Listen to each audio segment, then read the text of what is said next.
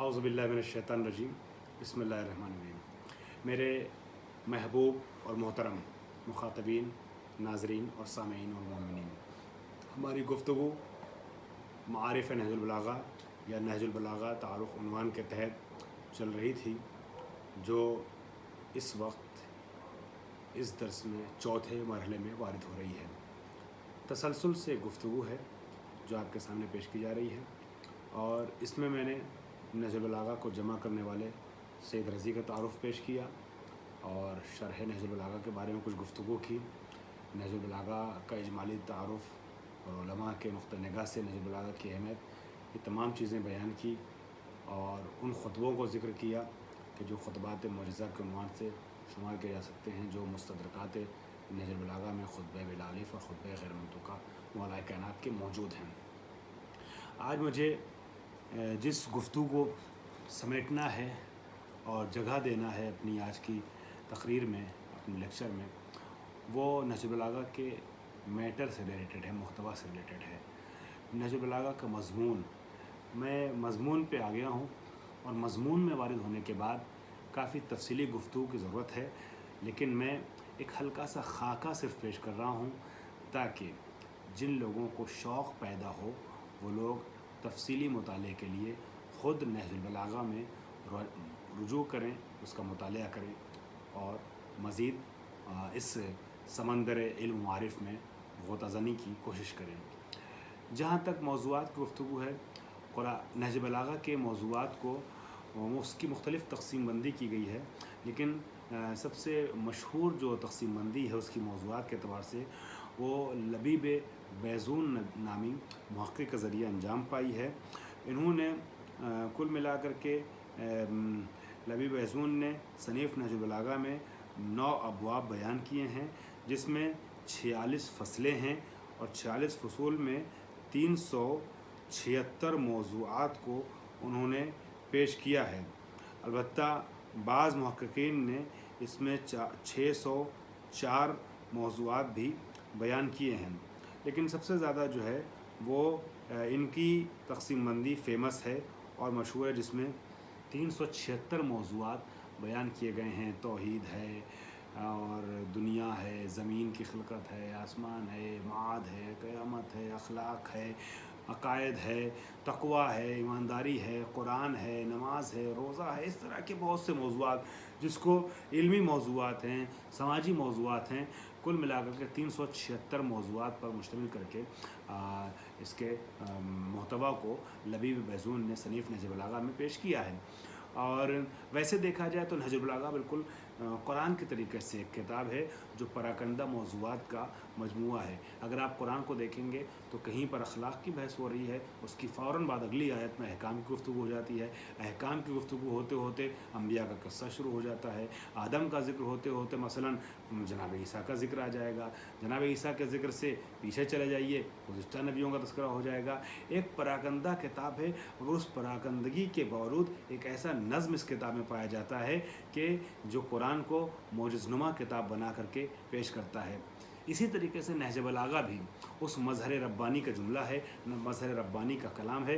तो अगर आप देखेंगे तो नहज बलागा के जो मौज़ूआत हैं, ख़ुद जैसे आप उनके ख़ुतबों को पढ़िएगा तो उस ख़ुतबे में भी, ख़ुतबात में भी गुफ्तगू जो है पराकंदा तरीके से, मगर फिर भी मौज़ूआत और टॉपिक्स तो हैं, और इसीलिए उलमा ने इस सिलसिले में तहक़ीक़ की है और मैंने अर्ज़ किया कि अलग अलग मौज़ूआत बयान किए गए हैं। 450 से लेकर के 625 तक की तादाद मौज़ूआत की बयान की गई है। उसके अलावा भी मौज़ूबंदी करने वाले उलमा ने इस बात का एतराफ़ किया है कि हो सकता है हमारी तरफ से कुछ कमी रह गई हो और कुछ मौज़ूआत का ज़िक्र करना हम भूल गए हों।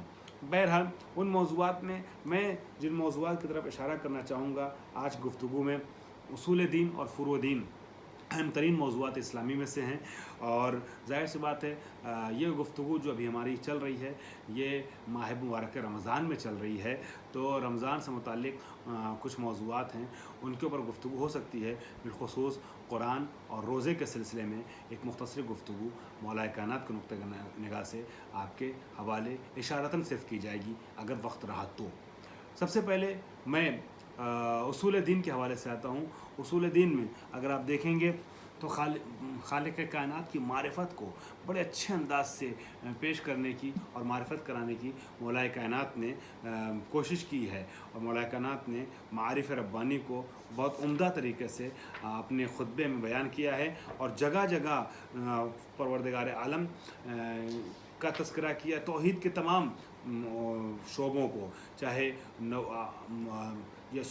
उसूल दीन के तमाम शोबों को, चाहे वो तौहीद हो, अदल हो, नबूवत हो, इमामत हो या क़यामत, सबके सिलसिले में गुफ्तगू की है। लेकिन ख़ुसूसी तौर पर तौहीद को मौलाए कायनात ने जिस तरीके से पेश किया है, आप दुनिया इंसानियत की या दुनिया इस्लाम की किसी भी एक किताब में उस तरीके से तौहीद के मारिफ को दर्क नहीं कर सकते हैं, हासिल नहीं कर सकते हैं और दस्तयाब नहीं है किसी भी किताब में वो मारिफ। चुनांचे पहला ही खुतबा तौहीद के सिलसिले से होता है शुरू, और मौलाए कायनात फरमाते हैं बिस्मिल्लाहिर्रहमानिर्रहीम अल्हम्दुलिल्लाहिल्लज़ी ला यबलुगु मिदतहुल क़ाइलून वला युहसी नमा औलादून वला युअद्दी हक़्क़हुल। बड़ी नज़ाकतें हैं, बड़ी बहुत कैफ है मौलाए कायनात के जुमलों में।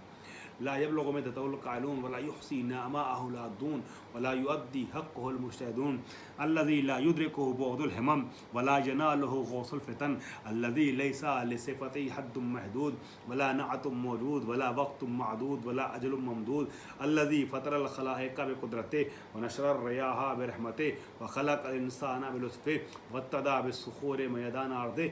इस तरीके के बता खलक़ल इंसान बिलुत्फ़े किसी नुस्खे में सिर्फ मिलता है, लेकिन बहरहाल मौलाए कायनात के जुमलों से मुशाबे एक जुमला है जो मौलाए कायनात की तरफ मंसूब है। ये खुतबा नहजुल बलागा अगर आप पढ़ेंगे, खुतबा नहजुल बलागा पहला ही खुतबा, तो आपको तौहीद के अजीब व गरीब मारिफ आपको इसमें मिलेंगे। मैं ज़रा सा तर्जुमा उन छोटे भाइयों के लिए कर दूँ कि जो अरबी से नाबलद हैं और सुनना चाहते हैं। अल्हम्दुलिल्लाहिल्लज़ी ला यबलुगु मिदतहुल क़ाइलून, तारीफ़ है, सारी तारीफ़ उस अल्लाह की है कि जिसकी मिदत तक पहुँच नहीं सकते बोलने वाले, क़ाइलून गुफ्तगू करने वाले उसकी मदह का हक़ अदा नहीं कर सकते, उसकी मदह सराई, उसकी सनाखानी का हक़ नहीं अदा हो सकता।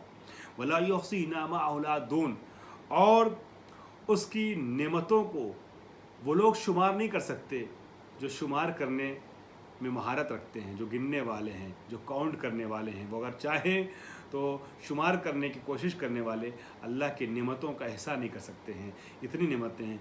ये एक जुमले में वजाहत के लिए पूरी एक तकरीर का वक्त चाहिए, मगर मैं बग़ैर वजाहत के आगे बढ़ रहा हूँ। ला युअद्दी वला युअद्दी हक़्क़हुल मुजतहिदून, और कोशिश करने वाले उसका हक़ अदा नहीं कर सकते। हमारी गर्दन पे उसका बहुत हक़ है, हम लाख चाहें अल्लाह का हक़ अदा नहीं कर सकते हैं, चाहे कितनी भी कोशिश कर लें। हाँ, कोशिश ज़रूर करनी चाहिए। अल्लज़ी ला युद्रिकुहु बुअदुल हिमम, वो खुदा वो है कि जिसको हिम्मतों की और कोशिशों की जो बुलंदियां हैं उसे दर्क नहीं कर सकती हैं। इंसान कितना भी कोशिश करे, कितना भी अपना हम गम लगा दे, सारी क़ुव्वतें सर्फ कर दे, ला यनालुहु बुअदुल हिमम, मगर हिम्मतें उसको दर्क नहीं कर सकती हैं, उसको पा नहीं सकती हैं। वो लोगों की अक़लों से मावरा है, दर्क करने वाली ज़ात नहीं है, मुदरकात में आने वाली ज़ात नहीं है खालिक कायनात की। वला यनालुहु गौसुल फितन, और फ़िक्रों की गहराइयाँ उसकी हकीकत तक पहुँच नहीं सकती हैं, उसको हासिल नहीं कर सकती हैं। इंसान कितना भी गोताज़नी कर ले अक़ल के समंदर में, शऊर के समंदर में, मारिफ रब्बानी के गौहर हासिल करने के लिए, फिर भी कहीं ना कहीं उसके हाथ कोताह रह जाते हैं और हकीकत रब्बानी को वो दर्क नहीं कर पाता। फिर भी परवरदिगार की मारिफत के हुसूल के लिए इंसान को इस समंदर में गोताज़न हमेशा रहना चाहिए। अल्लज़ी लैसा लिसिफ़तिही हद्दुम महदूद, उसकी सिफ़त को महदूद करने वाली कोई तारीफ़ नहीं है, कोई हद नहीं है कि जिसके दायरे में उसकी सिफ़त को लाया जा सके। परवरदिगार की तौसीफ़ इंसान कितना भी करना चाहे, उसकी सही तौसीफ़, उसकी हकीकी तौसीफ़, उसकी असल नात जो है वो इंसान बयान नहीं कर सकता है, तौसीफ़ कर नहीं सकता है। वला नातुम मौजूद, कोई नात नहीं है, कोई हम्द नहीं है, कोई सना नहीं है जो उसकी हकीकत की अक्कासी कर सके, उसकी असल जो सना है, असल जो नात है, जो तारीफ़ है वो बयान हो सके, ये बशर की बस की बात नहीं है। वला वक़्तुम मअदूद, और कोई वक्त नहीं है ऐसा कि जो शुमार किया जा सके। वला अजलुम ममदूद, और न कोई मुद्दत है کہ جس کی کوئی ایسی جگہ ہو کہ جہاں پر جا کر کے اس مدت کا خاتمہ ہو رہا ہو۔ فطر الخلائق بقدرت، وہ خدا وہ ہے کہ جس نے اپنی قدرت سے مخلوقات کو پیدا کیا۔ ونشر الریاح برحمت، اور ہوا کو اپنی رحمت کی بنیاد پر چلایا ہے۔ ہوائیں چل رہی ہیں، یہ اس کی رحمت ہے۔ واتدا بالصخور میدان ارض، اور وہ خدا وہ ہے کہ جس نے پہاڑوں کے جیسی مضبوط میخوں سے زمین کو دبا دیا ہے، اور اگر پہاڑوں کا وزن نہ ہوتا تو پانی کی سطح پر زمین استقرار نہیں پا سکتی تھی، سکون نہیں پا سکتی تھی، زمین میں ٹھہراؤ نہ ہوتا اور انسانی بستیاں اجڑ کے رہ جاتی، بلکہ بسنا بھی ممکن نہ تھا۔ یہ تو توحید کی گفتگو ہوئی۔ اسی طریقے سے اگر آپ دیکھیں گے گفتگو توحید کی بڑی تفصیلی ہے، بڑی طولانی ہے، مگر اس طولانی اور تفصیلی گفتگو کو چھوڑتے ہوئے میں آگے بڑھ رہا ہوں۔ نبوت کو کس طریقے سے آپ نے پیش کیا ہے، اگلا ہی خطبہ ہے، خطبہ نمبر 2، اس میں آپ دیکھیے گا تو پیغمبر اکرم کی رسالت کا بہت پرکیف انداز میں مولا کائنات نے تذکرہ کرتے ہوئے ارشاد فرمایا، وَأَشْهَدُ أَنَّ مُحَمَّدًا عَبْدُهُ وَرَسُولُهُ أَرْسَلَهُ بالدين المشهور والعلم الماثور والكتاب المستور والنور الساطع والضياء اللامع والأمر الصادع إزاحة للشبهات واحتجاجا بالبينات وتحذيرا بالآيات وتخفيفا بالمثلات۔ کہتے ہیں مولا کائنات ارشاد فرماتے ہیں، میں گواہی دیتا ہوں کہ بے شک محمد اللہ کے بندے بھی ہیں اور اس کے رسول بھی ہیں۔ پہلے اللہ کا ذکر کیا اور اس کے بعد فرماتے ہیں اس اللہ کے جو اشہد ان لا الہ الا اللہ وحدہ لا شریک لہ ہے۔ خطبے کے پہلے پیراگراف میں اللہ کی وحدانیت کا تذکرہ کیا، اس کے بعد کہتے ہیں میں گواہی دیتا ہوں کہ اس اللہ کے بندے اور رسول ہیں محمد صلی اللہ علیہ وسلم، جن کو اللہ نے ایک آشکار دین کے ساتھ اور مذہب کے ساتھ دنیا میں بھیجا، اور مؤثر علم کے ساتھ بھیجا، اور قرآن مجید کے ساتھ نازل کیا، نور روشن اور تابناک دے کے بھیجا، اور روشنائی اور نورانیت فراوان کے ہمراہ بھیجا، اور پروردگار عالم نے اپنے امر کا امین بنا کر کے حضور کو بھیجا ہے۔ میں نقل بمعنی کر رہا ہوں، نقل بالمفہوم کر رہا ہوں۔ کیوں ان تمام چیزوں کے ساتھ، ہدایتوں کے ساتھ، کتابوں کے ساتھ، انوار کے ساتھ بھیجا؟ تاکہ اس کے ذریعے سے پیغمبر اکرم لوگوں کے سامنے سے، لوگوں کے ذہنوں سے، لوگوں کے دلوں سے، دنیا والوں کے وجود سے شبہات کی زنجیروں کو دور کر سکیں اور لوگوں کو شبہات کی قید سے آزاد کر سکیں۔ وہ احتجاجاً بالبینات، اور پیغمبر اکرم کو واضح دلیلوں کے ساتھ خدا نے بھیجا ہے۔ وہ تحذیراً بالآیات، اور ایسی نشانیاں دے کے بھیجا ہے جن نشانیوں کو دیکھنے کے بعد انسان خوف خدا اختیار کرے اور ڈر جائے اور راہ راست پہ چلے۔ وہ تخفیفاً بالمثلات، اور عذاب سے ڈرانے والی باتیں بتا کر کے نبی کو بھیجا ہے۔ اسی طریقے سے گفتگو اور بھی ہے پیغمبر اکرم کے سلسلے میں بھی۔ حضرت علی نے جگہ جگہ عظیم مطالب پیش کیے ہیں، لیکن توحید اور نبوت کے بعد اب اگر آپ دیکھیں گے تو آپ کو امامت کا بھی تذکرہ ملے گا۔ چنانچہ امامت کا ایسے تو ذکر بہت سی جگہوں پر ہے، لیکن میں آپ کے سامنے خطبہ نمبر 144 کو پیش کر رہا ہوں۔ خطبہ نمبر 144 میں مولا کائنات نے امامت کے سلسلے میں بہت خوبصورت انداز میں، بڑے پرکیف انداز میں کچھ مطالب پیش کیے ہیں۔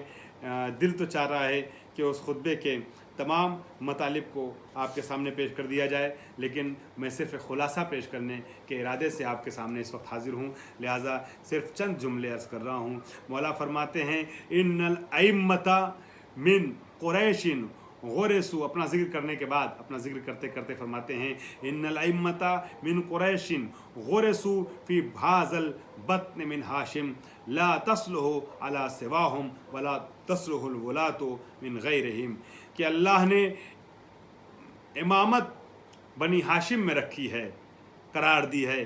بے شک ائمہ قریش سے ہیں، اور ائمہ قریش ان کی کشتکاری ہوئی ہے خاندان بنی ہاشم میں، یعنی امامت کا درخت جو پھل اور پھول رہا ہے، پنپ رہا ہے، وہ خاندان بنی ہاشم میں۔ اور ان کے علاوہ کوئی اس امر کے لیے صلاحیت بھی نہیں رکھتا ہے. لا تسلول ولا تو من غیر، اور اس ولایت اور امامت اور حکومت کا حق بھی کسی کو نہیں ہے سوائے ان ائمہ کے جو بنی ہاشم سے ہیں. یعنی اگر کوئی امر خلافت و ولایت کے اوپر قبضہ کیے ہوئے ہے تو وہ غاصب ہے، ورنہ اصل حق اس کا ہمارا ہے، اس کے ذمہ دار اور اس کے مالک ہم ہیں.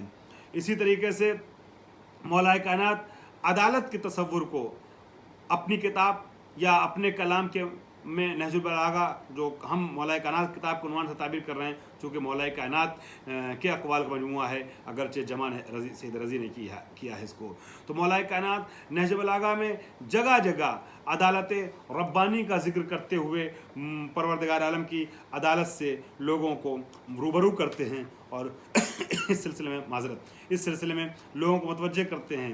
اور بالکل آسان لفظوں میں مولا کائنات نے خطبہ نمبر 185 میں ارشاد فرمایا ہے وَقَامَ بِالْقِسْطِ فی خلقہ وعدل بینہم فی حکمہ. اللہ نے اپنی مخلوقات کے ساتھ قسط اور عدل اور انصاف کرنے کا فیصلہ کیا ہے اور لوگوں کے ساتھ عدالت کرتے ہوئے اور عدالت کے پیمانے پر لوگوں کے عمل کو رکھتے ہوئے حکم لگاتا ہے. پروردگار مستشہد بحدوث الاشیاء علی ازلیتہ. پروردگار عالم نے لوگوں کو، مخلوقات کو، کائنات کو حادث بنا کر کے اپنی ازلیت پر ایک دلیل قائم کی ہے. یہ سلسلہ اور بھی آگے چل رہا ہے، بہت پرمعنی خطبہ ہے. خطبہ نمبر 185 کو آپ پڑھیے گا، اٹھا کے دیکھیے گا، میرا ایک مشورہ ہے اور یہ تاکید ہے. اسی طریقے سے اگر آپ دیکھیں گے تو آپ حکمت نمبر 221 کو دیکھیے تو حکمت نمبر 221 میں بھی مولا کائنات نظریہ معاد کو، محشر کو، قیامت کو پیش کرتے فرماتے ہیں بئس الزاد، یہ حکمت ہے، چھوٹا جملہ ہے، حکمت بئس الزاد الی المعاد العدوان اور العباد. بھائی انسان سفر میں جاتا ہے تو رہتوشہ تلاش کرتا ہے، زاد سفر تلاش کرتا ہے، اکٹھا کرتا ہے، سفر کا انتظام کرتا ہے. مولا فرماتے ہیں کتنی بری زاد راہ ہے محشر کے سفر کے لیے، کتنی سخت اور خطرناک اور پست اور بری زاد راہ ہے بندوں پر ظلم اور عدوان کرنا. بئس الزاد الی المعاد، معاد اور قیامت کی طرف بری زاد راہ ہے کیا؟ العدوان علی العباد، اللہ کے بندوں پر ستم کرنا. اسی طریقے سے مولا کائنات نے فروع دین کی سلسلے میں بھی مختلف جگہوں پر مختلف مطالب پیش کیے ہیں، لیکن میں صرف اور صرف کچھ پرکیف وادیوں کی طرف آپ کو لے کے چلتا ہوں اور ایک مختصر سی سیر کرانا چاہتا ہوں، جس سے اندازہ لگے گا کہ مولا کائنات نے کتنے حسین، اگرچہ اردو میں مولا کائنات کے جملوں کو بیان کرنے میں وہ لطف نہیں ہے، لیکن پھر بھی کل ما لا یدرک کلہ لا یدرک کلہ، جس کا سب کچھ حاصل نہیں ہوتا اس کا سب کچھ چھوڑا بھی نہیں جا سکتا. اس باب سے میں اپنے حق کی ادائیگی کے لیے، فرض کی ادائیگی کے لیے آسان لفظوں میں مولا کائنات کے جملوں کا ترجمہ کر رہا ہوں، ہلکی سی وضاحت پیش کر رہا ہوں کہ مولا کائنات نے نہج البلاغہ کے خطبوں میں، ناموں میں، حکمتوں میں کس طریقے سے مختلف معارف دینی کو پیش کیا ہے. اب آپ دیکھیے گا فروع دین کے سلسلے میں مولا کائنات کا ایک جملہ ہے حکمت نمبر 136، اور اس کے بعد کے بھی حکمتوں کو اور اس کے پہلے کی حکمتوں کو آپ لوگ خود پڑھیے گا. مولا کائنات اس میں نماز و روزے وغیرہ کی طرف اشارہ کرتے فرماتے ہیں الصلاۃ قربان کل تقی، نماز ہر متقی اور پرہیزگار کی قربانی ہے. نماز قربانی کیا ہوتی ہے؟ اللہ سے نزدیکی کا سبب بنتی ہے نا. قربانی وسیلہ ہے اللہ سے نزدیکی کا، تو گویا نماز قرب ربانی حاصل کرنے کا ایک ذریعہ. صلاۃ قربان ہے، الصلاۃ قربان کل تقی، ہر متقی، ہر پرہیزگار کے لیے قربت الہی حاصل کرنے کا جو ذریعہ ہے وہ نماز ہے. پھر فرماتے ہیں والحج جہاد کل ضعیف. حج کیا ہے؟ ایک طریقے سے حج کا اور جہاد اور زکوٰۃ وغیرہ کا ذکر بھی کر رہے ہیں، اور ساتھ میں ایک عجیب مفہوم بھی مولا کائنات پیش کر رہے ہیں. مولا فرماتے ہیں حج ہر ضعیف کا جہاد ہے. گویا جو میدان جہاد میں جانے سے ناتواں ہے، हज कर रहा है तो उसको हज के साथ साथ जिहाद की सआदत भी नसीब हो रही है। वलिकुल्लि शैइन ज़कातुन व ज़कातुल बदन अस्सियाम। माह मुबारक रमज़ान चल रहा है, महसूस कीजिएगा, ज़कात का हुक्म भी दे दिया कि हर चीज़ की ज़कात है, ज़कात दिया करो। ज़कात असल में ज़कात फिल माल के लिए कहते हैं, मगर मौला फरमाते हैं हर शय की एक ज़कात होती है और बदन की भी ज़कात है। बदन की ज़कात रोज़ा है। आप जो माह मुबारक रमज़ान में रोज़ा रखते हैं, मौला कायनात के नुक्ते निगाह से दोहरा सवाब पाते हैं, कमाते हैं, दोहरी इबादत करते हैं। एक तरफ तो सौम यानी रोज़ा रख रहे हैं जो अहकाम दुनिया फुरूए दुनिया में से दूसरा वाजिब बयान किया जाता है, दूसरी जानिब बदन की ज़कात दे रहे हैं। ये भी एक तरीके से आपका एक अच्छा अमल है जो आप अंजाम दे रहे हैं। व जिहादुल मरअते हुस्नुत ताब्बुल। औरतें जिहाद में नहीं जा पाती, जिहाद की बेइंतहा ताकीदें हैं। मुख्तलिफ़ जगहों पे नहजुल बलागा में भी, दूसरी जगहों पे मौला कायनात ने जिहाद के सिलसिले में ताकीदें फरमाई हैं। बिलखुसूस जिहाद के सिलसिले में बड़ा अजीम खुतबा, जिसमें जब जंग सिफ़ीन के मौके पे या जंग नहरवान और जंग जमल पे में आपके साथी थोड़ा सा कोताही से काम लेते थे, उस वक्त उन लोगों को आमादा करने के लिए जिहाद की अज़मतों के सिलसिले में जो बातें मौला कायनात ने बयान की हैं वो अजीम हैं। लेकिन आप जानते हैं कि ख़वातीन पर से जिहाद साक़ित है। मौला कायनात ने कहा कि ख़वातीन ये न सोचें कि जिहाद की नेमत से वो महरूम हैं। मौला कायनात कहते हैं कि अगर औरतें जिहाद करना चाहती हैं और जिहाद का सवाब हासिल करना चाहती हैं तो मैं उनको आसान नुस्खा देता हूँ। मौला कायनात फरमाते हैं व जिहादुल मरअते हुस्नुत ताब्बुल। बेहतरीन शौहरदारी घर का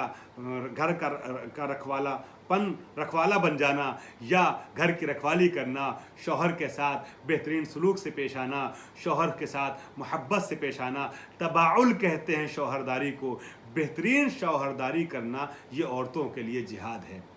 अगर अपने शौहर के साथ हुस्न सलूक से पेश आती है ज़ौजा, अपने शौहर के साथ अच्छा बर्ताव करती है, शौहर को इज़्ज़त की निगाह से देखती है, शौहर के हुक्म की पाबंदी करती है, शौहर को एहतराम की निगाह से देखती है, शौहर की ख्वाहिशों को पूरा करती है, तो ये औरत अमीरुल मोमिनीन के नुक्ते निगाह से ये औरत जो है ये जिहाद कर रही है। ये मौला कायनात ने फरमाया है कि मैदान जिहाद में अगर तुम्हें जाके जिहाद करने का शरफ़ नहीं मिल रहा है तो मायूस ना हो, तुम अपने घर में रह करके हुस्न तअब्बुल के ज़रिए से, हुस्न तबाउल के ज़रिए से जिहाद का शरफ़ हासिल कर सकती हो।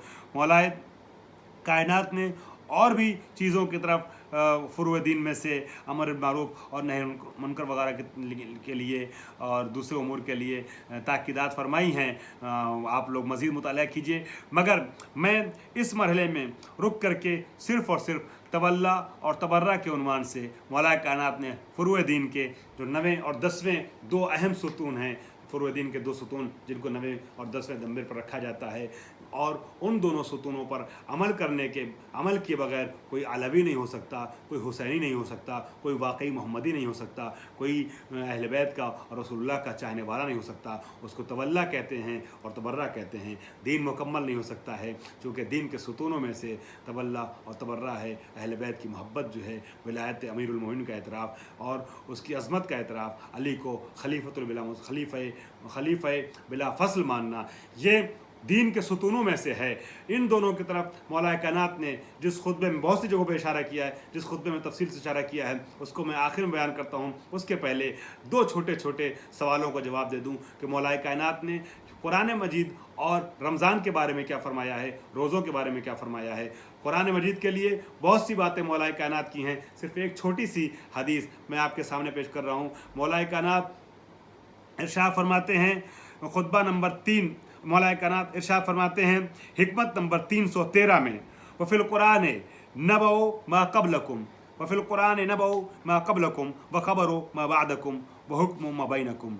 कुरान में तुम्हारे माँ कबल की भी खबर है, तुम्हारे माँ बाद की भी खबर है, और जिस ज़माने से गुज़र रहे हो उसकी भी खबर है। गोया ला रब्बिम वला याबिसिन इल्ला फ़ी किताबिम मुबीन की शरह है मौला का जुमला कि कुरान में हर खुशकुतर मौजूद है, माजी भी था, हाल भी है, मुस्तकबिल भी है। कुरान में सब कुछ है, बस तुम्हें गौर करने की ज़रूरत है।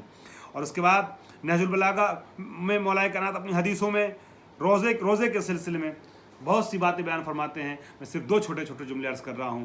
جہاں مولا کائنات نے تمام احکام کی مصلحتوں اور علتوں کو بیان کیا ہے، وہاں روزے کی وجہ کو بیان کرتے ہوئے فرماتے ہیں فرض اللہ الصیام ابتلاء لاخلاص الخلق، اللہ نے روزہ اس لیے واجب قرار دیا ہے تاکہ اپنی مخلوقات کے، اپنے بندوں کے اور انسانوں کے اخلاص کو آزما سکے، خلوص کو آزما سکے، نیت کی پاکیزگی اور طہارت کو، نیت کی اصلیت کو، نیت کی خالصیت کو آزما سکے۔ کیوں؟ اس لیے کہ ہر عمل وہ ہیں فروع دین میں جس میں کچھ ایکٹیویٹیز ہے، کچھ کر کے دکھانا ہے، نماز پڑھنا ہے، حج کرنا ہے، جہاد پہ جانا ہے، تلوار چلانا ہے، مگر روزہ واحد وہ عمل ہے جس میں کچھ کرنا نہیں ہے بلکہ کچھ نہ کر کے اس عمل کو انجام دینا ہے، کھانے اور پینے سے اپنے کو بچانا ہے۔ تو یہاں پر انسان جب تک خود نہ کہے کہ ہم روزے سے ہیں، اس وقت تک کسی کو پتہ نہ چلے گا وہ روزہ دار ہے۔ ریاکاری کا امکان سب سے کم ہے روزے میں، اپنے سے بتانے کا اور دکھانے کا یہ عمل امکان بہت کم ہے۔ خالص نیت پر مبنی ایک عمل ہے، چونکہ روزہ جو ہے وہ صبح سے لے کر کے شام تک، فجر سے لے کر کے غروب تک اللہ کی مرضی کے لیے، اللہ کی خوشنودی سے کے لیے کچھ چیزوں سے اپنے کو بچا لینے کا نام ہے، جنہیں مفترات صوم کہتے ہیں۔ لہٰذا یہاں اخلاص کی معراج پہ انسان بندہ پہنچتا ہے جب روزہ رکھتا ہے، اور اگر ذرا سی کوتاہی کی تو وہ خلوص چلا جاتا ہے، پھر روزے کی حقیقت ختم ہو جاتی ہے۔ لہٰذا فرمایا فرض اللہ الصیام ابتلاء لاخلاص الخلق، اللہ نے روزہ واجب کیا ہے مخلوقات کے اخلاص کو آزمانے کے لیے۔